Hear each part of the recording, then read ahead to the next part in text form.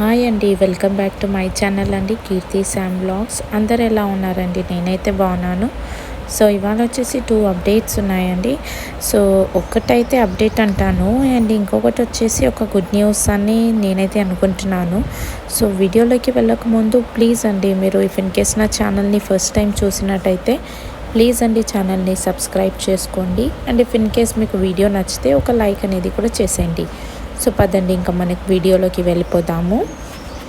So ఫస్ట్గా good news అనేది ఏంటంటే, మనకి ఈ మంత్ 31st మార్చ్ ఎండింగ్ వరకు L1 L2 లబ్ధిదారులు అనేది ఫైనల్ లిస్ట్ అనేది డిసైడ్ అనేది చేసేస్తున్నారండి. మనకు వచ్చిన అప్డేట్ అయితే గవర్నమెంట్ నుంచి ఇది. సో ప్రీవియస్గా మనం చూస్తే కనుక మనకి 15th మార్చ్ వరకే ఈ ఫైనల్ లిస్ట్ అనేది ప్రిపేర్ అయిపోవాలి అనేసి, అండ్ ఇంకొకటి ఏంటంటే ఈ డబుల్ బెడ్రూమ్ అనేది కూడా పంపిణీ చేసేయాలని అప్పట్లో ఇన్ఫర్మేషన్ వచ్చింది.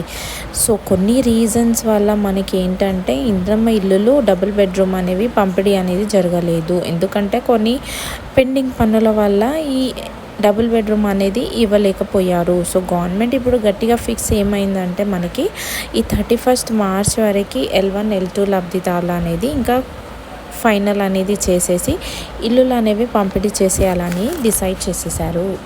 సో టోటల్గా మనం చూస్తే కనుక 20 lakh అప్లికేషన్స్ అప్పట్లో ఏవైతే ఉన్నాయో అర్హులది, అవన్నీ మళ్ళీ ఇప్పుడు రీసర్వే అనేది రీవెరిఫికేషన్ ప్రాసెస్ అనేది చేస్తున్నారు.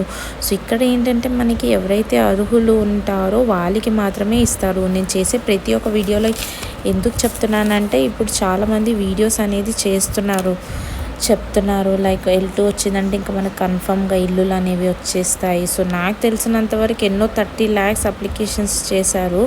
సో దాంట్లో 30 lakhs ఇల్లులు ఇవ్వాలంటే కూడా మామూలు పని అయితే కాదు. సో ఇక్కడ ఎవరైతే ఉంటారో అర్హులు, ఎవరి పేరు పైన అయితే ఎటువంటి ల్యాండ్ కానీ ఇల్లులు కానీ ఆస్తులు కానీ అలాంటివి లేని వాటివి ఉంటాయో వాళ్ళని వ్యాలిడేట్ చేసుకున్న తర్వాతనే మనకి ఇల్లు అనేది ఇంద్రమ్మ ఇల్లు అనేది వస్తుంది.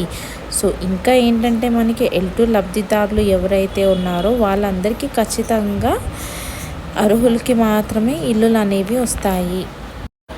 సో మీరు ఎటువంటి వరీస్ కానీ అవ్వద్దు. ఎందుకంటే గవర్నమెంట్ ఏంటంటే ఎవరైతే అర్హులు పేదవాళ్ళు ఉన్నారో వాళ్ళకి ఖచ్చితంగా ఇల్లులు అనేవి వస్తాయండి.